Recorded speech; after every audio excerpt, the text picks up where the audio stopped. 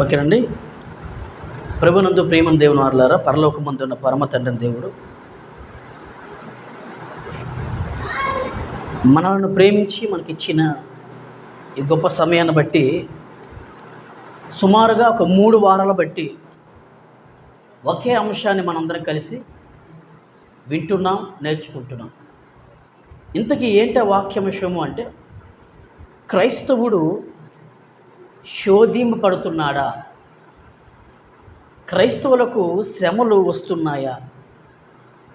క్రైస్తవులకు శ్రమలు కలుగుతున్నాయా అనే అంశంపై మనం సుమారుగా 3 వారాల బట్టి 3 భాగాలుగా మనం వింటున్నాం.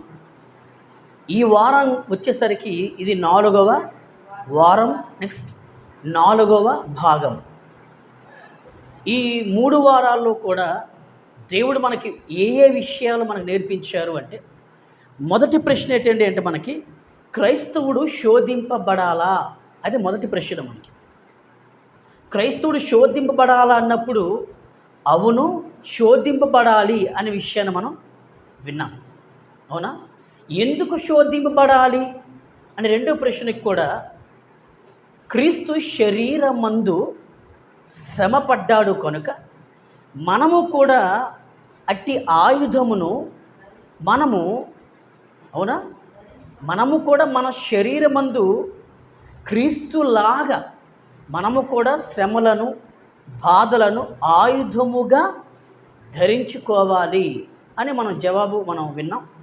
క్రైస్తవుడు ఎందుకు శోధింపబడాలి, శోధింపబడవలసిన అవసరం ఎందుకు వచ్చింది, ఏమొచ్చింది అంటే, క్రైస్తవుడైనందుకు బాధ మనం భరించాలి, శ్రమలను భరించాలి, నిందలను మోయాలి, అవమానాలను కాయాలి. ఇవన్నీ మనం విన్నాం. అవునా? మొదటి ప్రశ్న ఏంటి మనకి? క్రైస్తవుడు శోధింపబడాలా అంటే అవును, శోధింపబడాలి. ఎందుకు శోధింపబడాలి? అవునా? ఎందుకు శోధింపబడాలి? శోధింపబడితేనే క్రైస్తవుడా అంటే అవును. ఎందుకు శోధింపబడితే క్రైస్తవుడు అంటే, క్రీస్తును ధరించుకున్నాము కనుక మనము శోధింపబడాలి, అందుకే మనం క్రైస్తవుడము అని 3 ప్రశ్నకి సమాధానం. ఈరోజు 4వ ప్రశ్న ఏంటండి అంటే, ఎటువంటి లక్షణాలు కలిగిన వారు శోధింపబడతారు? అది ఎటువంటి గుణగణాలు కలిగిన వారు మాత్రమే శోధింపబడతారు? అందరూ శోధింపబడుతున్నారా అంటే, ప్రస్తుతానికి అందరూ శోధింపబడలేదు. 10% సుమారుగా 4% మంది క్రైస్తవులు మాత్రమే శోధింపబడుతున్నారు వాక్యానుసారముగా. మిగతా 6% మంది శోధింపబడటం లేదు. మిగతా 6% మంది క్రైస్తవులకి శ్రమలు కలగటం లేదు. మిగతా 6% మంది క్రైస్తవులకు నిందలు, అవమానాలు, ఇబ్బందులు వారికి ఏమీ లేవు. 10%కి 4% మంది లేదా 3% మంది మాత్రమే శోధింపబడుతున్నారు, బాధలు భరిస్తున్నారు, శ్రమలు సహిస్తున్నారు, నిందలు మోస్తున్నారు, అవమానాలను సహిస్తున్నారు. అవునా? అయితే ఈరోజు 4వ భాగము, 4వ విషయం ఏంటండి అంటే, ఎటువంటి లక్షణాలు కలిగిన వారు మాత్రమే శోధింపబడతారు అనే విషయాన్ని మనము జాగ్రత్తగా వినాలి. ఒక క్రైస్తవుడు శోధింపబడాలి అంటే ఆ క్రైస్తవుడి యొక్క గుణగణాలు ఎలా ఉండాలి మనకు తెలియాలి. ఒక క్రైస్తవుడు శ్రమలు పొందాలి అంటే వాక్యానుసారంగా క్రీస్తులాగా శ్రమలు పొందాలి అంటే, క్రీస్తులాగా శోధింపబడాలి అంటే, భక్తులులాగా శోధింపబడాలి అంటే, శ్రమలు పొందాలి అంటే, నిజంగా ఆ క్రైస్తవుడు ఎటువంటి గుణగణాలు కలిగి ఉండాలి అనే విషయం పరిశుద్ధ గ్రంథం మనకి చాలా స్పష్టంగా తెలియజేసింది మనకి. ఇన్ని విషయాలు మనకు తెలియకపోతే ఏమండి, దేవుని సన్నిధికి వచ్చిన వారు, దేవునితో ఉండిన వారు, దేవుని కొరకు బ్రతికిన వారు, మంచి విశ్వాసం కలిగిన వారు, దేవునిపై ఆధారపడిన వారు, వారి భక్తి జీవితాన్ని వాక్యంతో సరిచేసుకొనిన వారు, చక్కగా వారి ఆత్మీయ భక్తి జీవితం ఏమంటే మంచి వాక్యానుసారంగా నడిపించుకునేవారు శోధింపడుతున్నారు. దేవునికి దూరం అయిపోయిన వారు, దేవుణ్ణి వదులుకునేవారు కూడా చెప్పండి శోధింపడుతున్నారు. మరి అందుకే వారికి వీరికి తేడా ఉంది. తేడా ఏంటో తెలియాలి. అందుకే మనకి ఆ వారికి వీరికి తేడా ఏంటో తెలియాలి అంటే పరిశుద్ధ గ్రంథమే మనకి సమాధానం చెప్పాలి. లేకపోతే మనకు అర్థం. మీరు జాగ్రత్తగా వింటే నేను చాలా జాగ్రత్తగా చెప్తాను. ఏంటి ప్రశ్న ఏంటంటే మనకి ఈరోజు, ఎటువంటి క్రైస్తవులు శోధింపబడుతున్నారు, లేదా ఎటువంటి లక్షణాలు కలిగిన క్రైస్తవులు శోధింపబడతారు? అందరూ చెప్పండి. అందరికంటే చెప్పండి. ఎటువంటి లక్షణాలు కలిగిన క్రైస్తవులు శోధింపబడతారు, లేదా ఎటువంటి గుణాలు కలిగిన క్రైస్తవులు శోధింపబడతారు మనకు తెలియాలి. ఏమండి, తెలియకపోతే మనం ఏమనుకుంటాము అంటే దేవునితో ఉండిన వారు, దేవునికి దూరం అయిపోయిన వారు కూడా శోధింపబడతారు. మీరు మర్చిపోకండి. యెహోవాను విడిచి వేరొకరిని అనుసరించే వారికి ఏమి విస్తరిస్తాయని బైబిల్ సెలవిచ్చింది? శ్రమలు విస్తరించును. మరి ఇప్పుడు క్రైస్తవుడైనందుకు బాధలు అని మనకి ఉంది.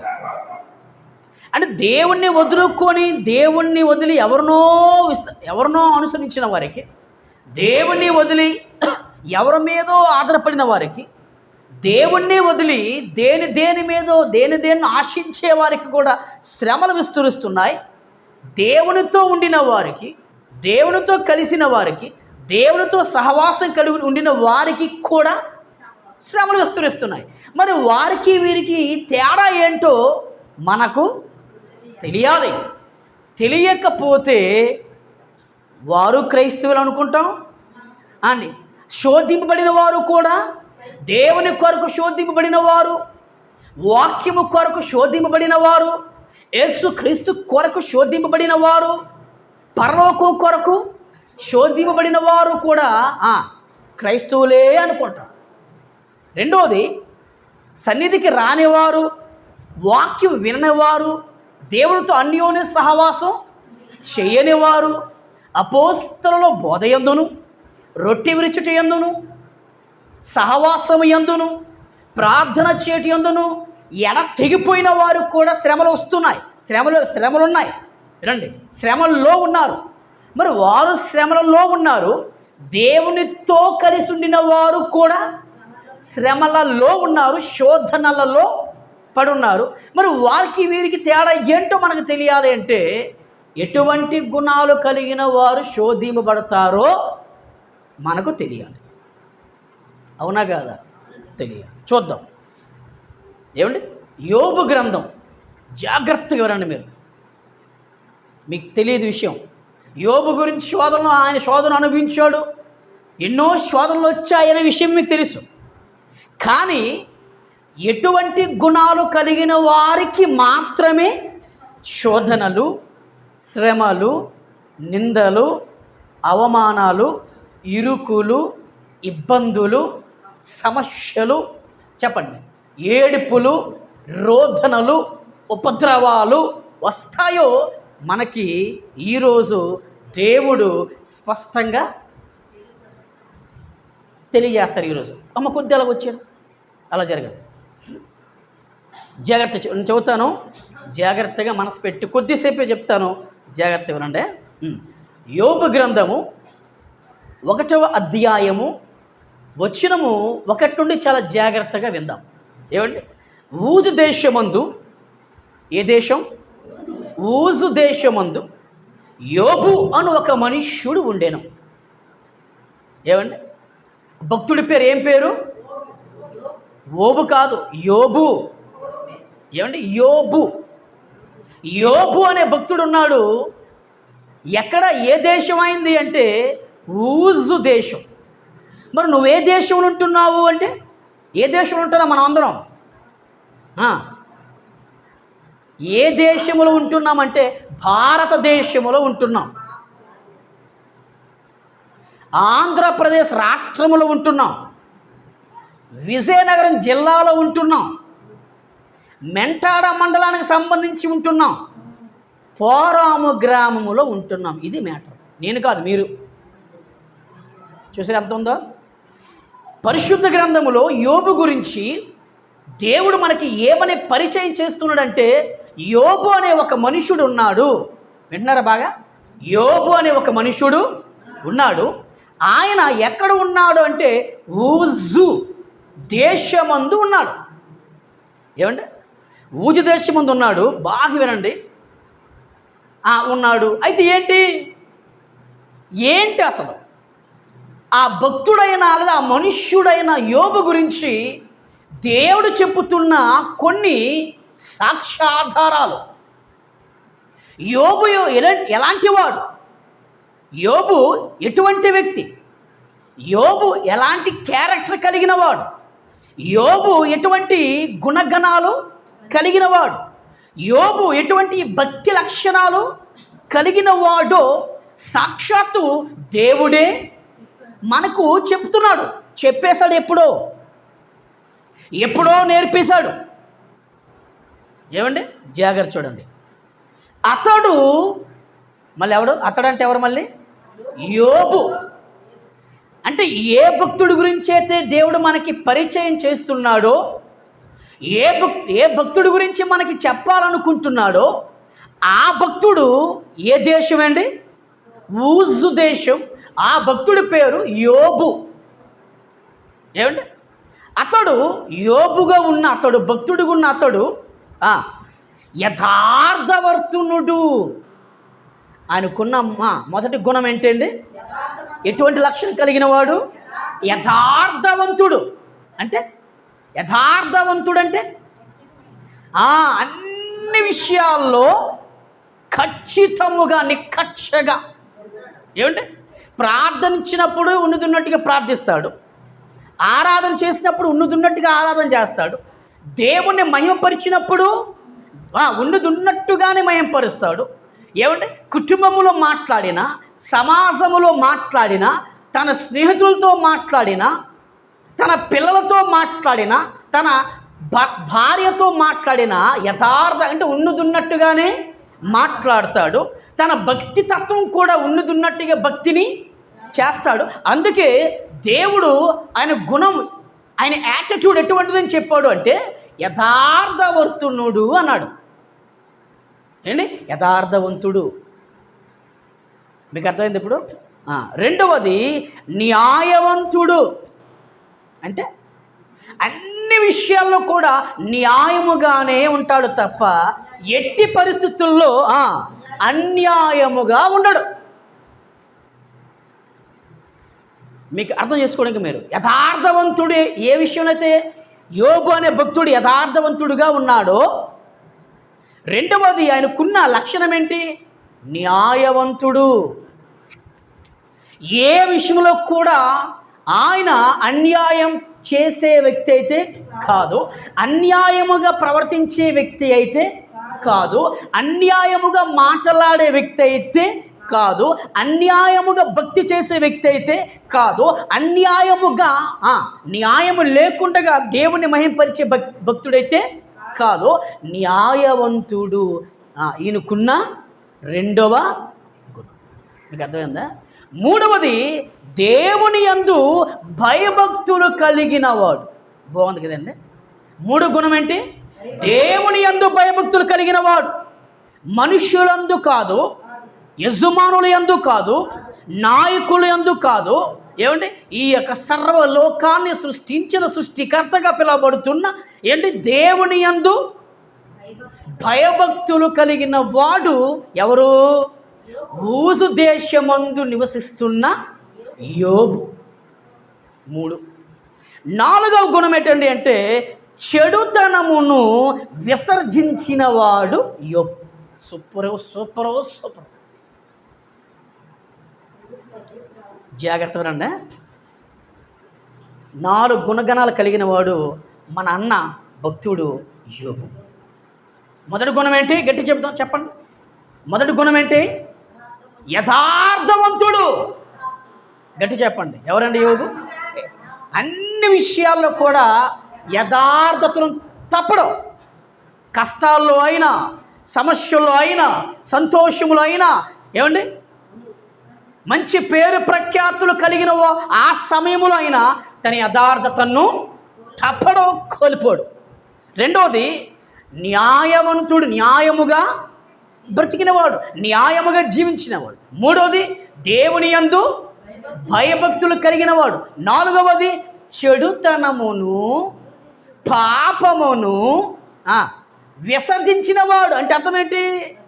ఏమంటే నాకు ఈ చెడుతనం వద్దు అంటే చెడుతనాన్ని ఏమంటే వదులుకునేవాడు, త్రోసివేసేవాడు, ఆ చెడుతనానికి దూరంగా ఉండినవాడు ఎవరు? మన యోబు. మీకు అర్థమైందా? అర్థమైంది లేదా? ఆ యోబు దేవుని మనస్సును గెలుచుకున్నాడు. ఆ యోబు గురించి దేవుడే సాక్షాత్తు ఏమండి సాతానుగాడికి సాక్ష్యమిస్తూ ఉన్నాడు. జాగ్రత్తగా వినండి, జాగ్రత్తగా వినండి. యోబు గ్రంథము 1వ అధ్యాయము 6వ వచనం. దేవదూతలు యెహోవా సన్నిధి నిలుచుటకై ఒక దినం ఒకటి తటస్థించింది. అంటే దేవుడు దేవదూతలకి ఒకరోజు మన భాషలో మీటింగ్ పెట్టుకోవాలనుకున్నారు, పంచాయతీ పెట్టుకోవాలనుకున్నారు. ఏమండి ఒక మీటింగ్ ఏర్పాటు చేసుకోవాలనుకున్నాడు దేవుడు, దేవదూతలు. మీటింగులు, ఈ పంచాయతీలు మనకే అనుకున్నాం మనం. కానీ బైబిల్ భాషలో, బైబిల్ భాష్యంలో, బైబిల్లో దేవుడు అంత స్పష్టంగా రాసేసాడు చూడండి. ఏమంటే మరలా చెబుతాను. దేవదూతలు యెహోవా సన్నిధిని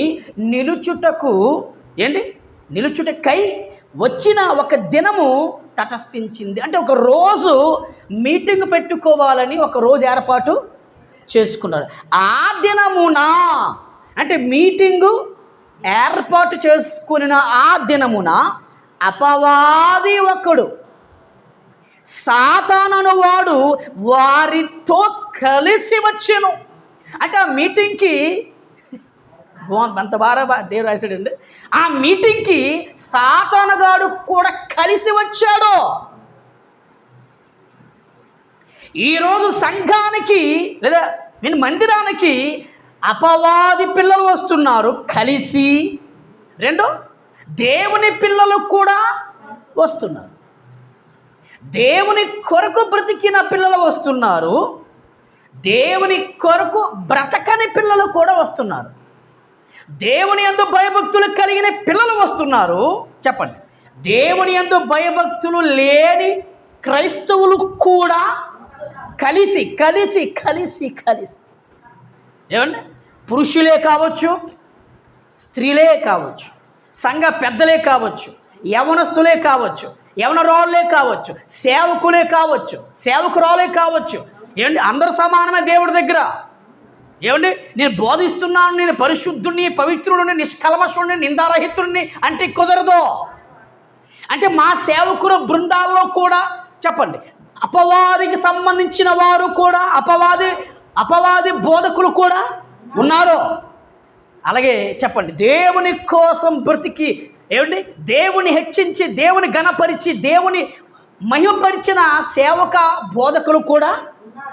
ఈ మాట నాకు బాగా నచ్చిందండి. ఏంటంటే ఆ దినమున, మరల మీకు ప్రశ్న ఇస్తున్నాను, ఏ దినము? ఆ దినం అంటే ఆదివారమా? తండ్రి అయిన దేవుడు, నెక్స్ట్ ఎవరు? దేవదూతలు. వారు మీటింగ్ పెట్టుకున్న దినం, ఒక మీటింగ్ ఏర్పాటు చేసుకున్న రోజు, ఒక పంచాయతీ పెట్టుకున్న రోజు, ఆ పంచాయతీలో మీటింగ్లో దేవుడు దేవదూతలు ఇదే ఏవేవో మాట్లాడుకుంటారు, వాళ్ళ ఇష్టం అది. ఏమండి మీకు అర్థమైందా? ఏం జరిగింది? ఆ దినమున అపవాది యగు వాడు, సాతాన్ అనేవాడు వారితో కలిసి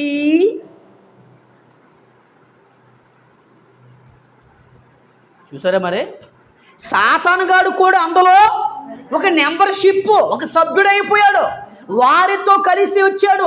ఏమంటే దేవుడు ఎందుకు ఇంత స్పష్టంగా రాశాడంటే మనం జాగ్రత్త పడాలని. బాగానండి. మరి ఎంతమంది దేవదూతలు వచ్చినప్పుడు దేవుడు ఏమండి ఒక ప్రశ్న వేశాడు. బాగా వినండి, దేవదూతలారా మీరు ఎక్కడి నుండి వచ్చారు అనలేదు. ఏమండి, యెహోవా నీవు ఎక్కడి నుండి వచ్చితివని వాడిని అడగగా వాణిని అని బైబిల్లో ఉంది. అంటే దేవుడికి తెలిసిపోయింది ఏంటి, ఏమని? ఏమండి, నా తాలూకోలు చెప్పండి, నా తాలూకు మనుషులు ఎవరో, నా తాలూకు కానివారు ఎవరో తెలుసు, నా పిల్లలు ఎవరో తెలుసు, అవతల పిల్లలు ఎవరో తెలుసు. ఎవరికి? ఆయన తెలుసు. భూత వర్తమాన భవిష్యత్ కాలమును ఎరిగిన మహాతండ్రి అని దేవునికి, తన ప్రియకుమారుడు క్రీస్తుకి, పరిశుద్ధాత్ముడికి కూడా సమస్తము తెలుసు తెలుసు తెలుసు. ఏమండి, అప్పుడు జాగ్రత్త వినండి. యోబు క్షమించండి, సాతాను గారిని సాక్షాత్ దేవుడు అడిగాడు, నీవు ఎక్కడ నుండి వచ్చితివి, ఎక్కడి నుండి వచ్చావయ్యా నువ్వు ఈ మీటింగ్కి రావలసిన అవసరం ఏమొచ్చింది నీకు, ఎందుకు వచ్చా, ఎవరు నీవు, క్షమించండి ఎక్కడి నుండి వచ్చావు అసలు?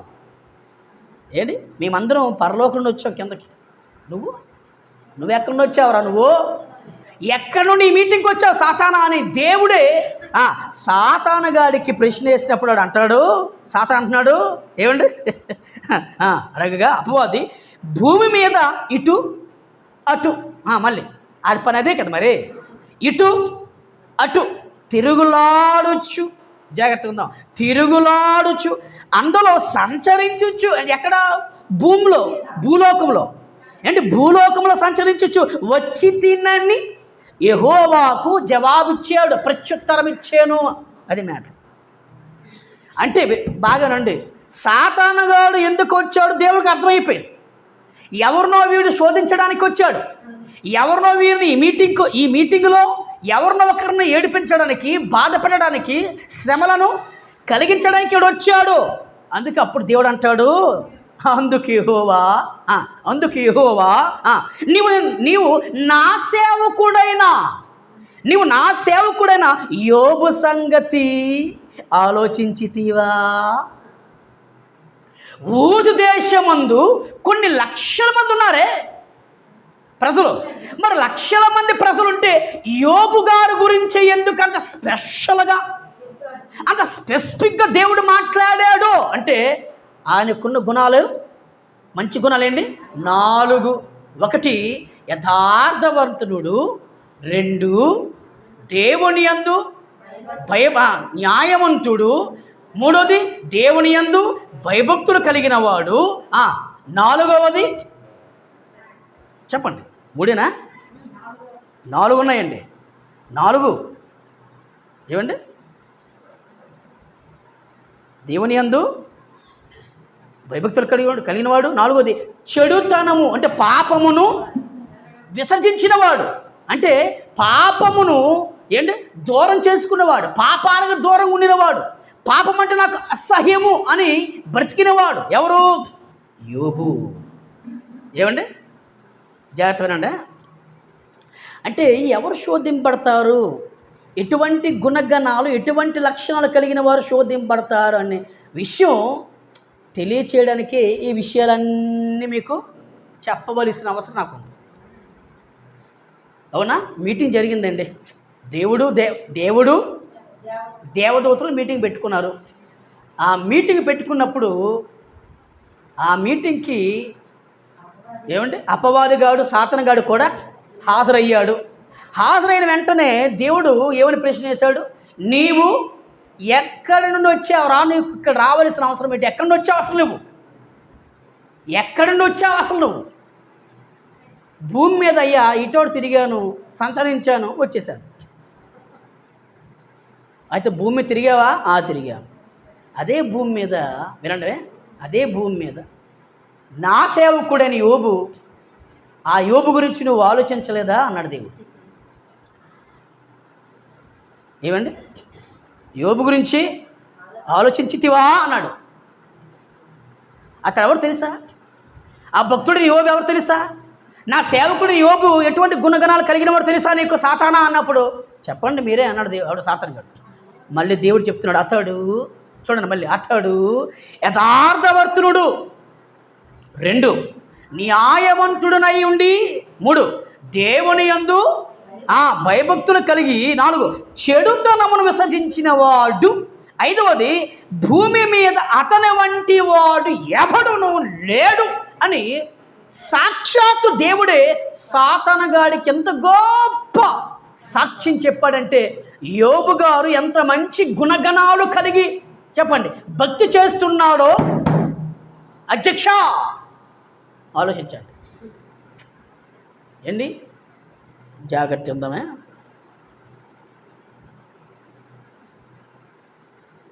ఇటువంటి వ్యక్తి వినండి, ఇటువంటి గుణగణాలు కలిగిన వ్యక్తికే అపవాది ఏం చేశాడండి? శోధించాడు. జాగ్రత్త విందాం. తదుపరి తర్వాత జరిగిన సంఘటన మీకు అందరికీ తెలుసు. ఏమండి, నాకు తెలుసయ్యా నువ్వు ఆయన నీ అందు భయభక్తులు కలిగిన వాడు, న్యాయవంతుడు, పాపమును విసర్జించిన వాడు, తర్వాత ఇంకా మీ అందు భయభక్తులు కలిగిన వాడు, బాగానే ఉంది. కానీ తన ఇంటి చుట్టూ నువ్వు కంచి వేస్తావు కదా, నేను అందుకే నేను వెళ్ళలేకపోయాను, ఇటు అటు సంచరించి ఈ మీటింగ్కి వచ్చాను అన్నాడు. అయితే కంచి తీసి చూడు, అదే యోబుని నువ్వు గొప్పగా పొగిడావు కదా, అదే యోబుని నువ్వు చెప్పండి ఆ యోబు గురించి రోజు నువ్వు ఆలోచిస్తున్నావు కదా, అదే యోబు నోటంట నిన్ను తిట్టే విధంగా నేను చేస్తాను, తీ కంచె అన్నాడు సాతాను గాడు. ఎవరితో? దేవుడితో. తీసాను పో అన్నాడు అంతే, తీసేసాను పో అన్నాడు అంతే. వెంటనే ఈ భూమి మీద యోబు లాంటి శోధన ఏ పాస్టర్ గారి కుటుంబానికి, యోబు లాంటి శోధన, యోబు లాంటి శ్రమలు, యోబు లాంటి ఆవేదనలు భూమి మీద ప్రస్తుతానికి ఏ క్రైస్తవ కుటుంబానికి రాలేదు. మరి ఎంత దేవుని ఎంత భయభక్తులు కలిగిన వాడు, పాపానికి దూరంగా ఉండినవాడు, తర్వాత యథార్థంగా ఉండినవాడు, న్యాయంగా బ్రతికినవాడు, మరి ఆయనకి ఎందుకు శోధనలు వచ్చాయి అంటే మనం అర్థం చేసుకోవాల్సింది ఏంటంటే, ఈరోజు క్రైస్తవులు ఉన్న మనము ఎటువంటి గుణగణాలు కలిగిన వారు, ఎటువంటి లక్షణాలు కలిగిన వారికి శోధనలు వస్తాయంటే ఈ 4 గుణగణాలు కలిగిన వారికి మాత్రమే వస్తాయి శోధనలు, శ్రమలు అని చెప్పడానికి నా దేవుడు యోబు గారి జీవిత చరిత్ర మీ ముందు పెట్టాడు ఈరోజు. అది విషయం. మిగతా వారికి ఎవరికి శోధనలు రావో. దేవుని యందు భయభక్తులు కలిగిన వాడికి, ఇప్పుడు చెప్పండి, భయభక్తులు కలిగిన వాడికి వస్తాయి. 2 న్యాయముగా బ్రతికిన వాడికి వస్తాయి శోధనలు. 3 యథార్థంగా ఉండిన వాడికి వస్తాయి శోధనలు. 4 పాపానికి దూరంగా, లోకానికి దూరంగా, చెడుతనానికి దూరంగా, దుష్టులకి దూరంగా, అపహాసకులకి దూరంగా ఉండిన వారికి మాత్రమే ఈ భయంకరమైన శోధనలు, భయంకరమైన విపత్తులు, భయంకరమైన సమస్యలు, భయంకరమైన ఆర్థిక ఇబ్బందులు వస్తాయి అని మన దేవుడు మనందరికీ ఈరోజు అల్లుప్పుడునైనా నా ద్వారా మీకు నేర్పించాడు. దేవునికి మహిమ కలుగును గాక. ఆమేన్. అంతే, దేవునికి స్తోత్రం. సూపర్ కదండి. ఎప్పుడైనా మనం నేర్చుకునే విషయం, మనం ఎన్నోసార్లు యోబు గారి గురించి ఏంటి ప్రతి సంవత్సరం కూడా 2 సార్లు 3 సార్లు ఆయన గురించి చెప్పకుండా నేను ఉండలేను, మీరు వినకుండా మీరు ఉండలేరు. అటువంటిది శోధనలు ఎటువంటి వారికి వస్తాయి, లేదా ఎటువంటి లక్షణాలు ఎటువంటి గుణగణాలు కలిగిన క్రైస్తవులకి శోధనలు, శ్రమలు, బాధలు, ఏడుపులు, సమస్యలు వస్తాయంటే ఇప్పుడు మీరు చెప్పండి. ఈ 4 గుణగణాలు కలిగిన వారికి మాత్రమే శోధనలు వస్తాయి. బాగుంది కదండి? బైబిల్ ఎంత గొప్ప చూడండి. మిగతా వారికి ఎవ్వరికీ వాక్యానుసారమైన శోధనలు, దైవ సంబంధమైన శోధనలు, భక్తులకి వచ్చే శోధనలు, భక్తులకి కలిగే శ్రమలు మనకి రావు. అలా రావాలి అంటే ఈ 4 గుణ లక్షణాలు, ఈ 4 లక్షణాలు లేదా ఈ 4 గుణగణాలు మనలో ఉండాలంటే చాలా కష్టం కదండి. యథార్థంగా ఉండాలి, కంపల్సరీ. ఉంటున్నామా అంటే మనం ఆలోచించుకోవడం, న్యాయవంతులుగా ఉంటున్నామా, న్యాయంగా బ్రతుకుతున్నామా, న్యాయంగా మాట్లాడుతున్నామా, న్యాయంగా భక్తి చేస్తున్నామా, న్యాయంగా కానుకలు ఇస్తున్నామా, న్యాయంగా ఉంటున్నామా అంటే చెప్పండి. మనమే ఆలోచించుకోవాలి. మూడోది దేవుని యందు భయభక్తులు కలిగి ఉంటున్నామా అని ఆలోచిస్తే మనం జాగ్రత్త, మనలను మనమే పరీక్షించుకోవాలి. 4వది చెడుతనానికి దూరంగా ఉంటున్నామా, పాపానికి దూరంగా ఉంటున్నామా, లోకానికి దూరంగా ఉంటున్నామా, ఈ మూఢనమ్మకాలకి, ఈ లోక సాంప్రదాయాలకి దూరంగా ఉంటున్నామా? పరిశోధన చేసుకుందాం. అలా ఉండిన వారికి మాత్రమే వాక్యానుసారమైన శోధనలు, దేవుని ఆజ్ఞ ప్రకారం వచ్చిన శోధనలు, దేవుడు పరీక్ష పెట్టే శోధనలు, అపవాది శోధించే శోధనలు, దేవుడు నిన్ను నన్ను కనిపెట్టే శోధనలు కంపల్సరిగా వస్తాయి.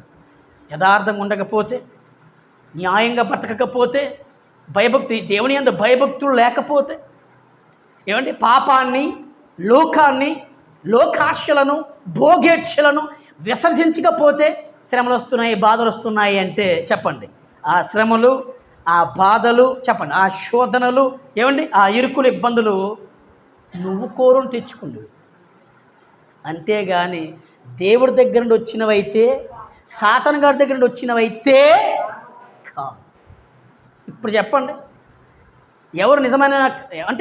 ఎవరికి నిజమైన శోధనలు వస్తాయంటే ఈ 4 గుణగణాలు, ఈ 4 లక్షణాలు కలిగిన క్రైస్తవులకు మాత్రమే. ఇంకెవరికి మళ్ళా చెప్తున్నాను, ఈ 4 లక్షణాలు కలిగి మనం ఉండడానికి గట్టిగా మన ప్రయత్నం చేయాలి. మనము కూడా భక్తుల్లాంటి శ్రమలు, శోధనలు మనం అనుభవించాలి, భరించాలి, సహించాలి, జయించాలి. పరలోకాన్ని సాధించుకోవాలి, దేవుని ప్రేమను సాధించుకోవాలి, దేవుణ్ణి పడగొట్టేయాలి. నువ్వు దేవుడే నీకు ఆకర్షితులైపోవాలి. నా సేవకుడైన దావీదు, నా కుమారుడు దావీదు నేను కనుగొంటిని. ఈ యొక్క ప్రపంచంలో పలానా డాఫీ ఏలియాను నేను కనుగొంటాను, నేను కనుగోవాలి, నాకు కావాలాడు అనాలి దేవుడు. అలాగ అనాలంటే ఈ 4 గుణాలు మనలో ఉండాలని దేవుని యొక్క వాక్య ప్రకారం మీకు చెప్తూ అలా ఉండాలని, నిజంగా మనందరం కూడా అలా ఉండాలని ఆశిస్తూ నా మాటలు ముగిస్తున్నాను. అందరికీ నా యొక్క వందనాలు. ప్రార్థన చేసుకుందాం.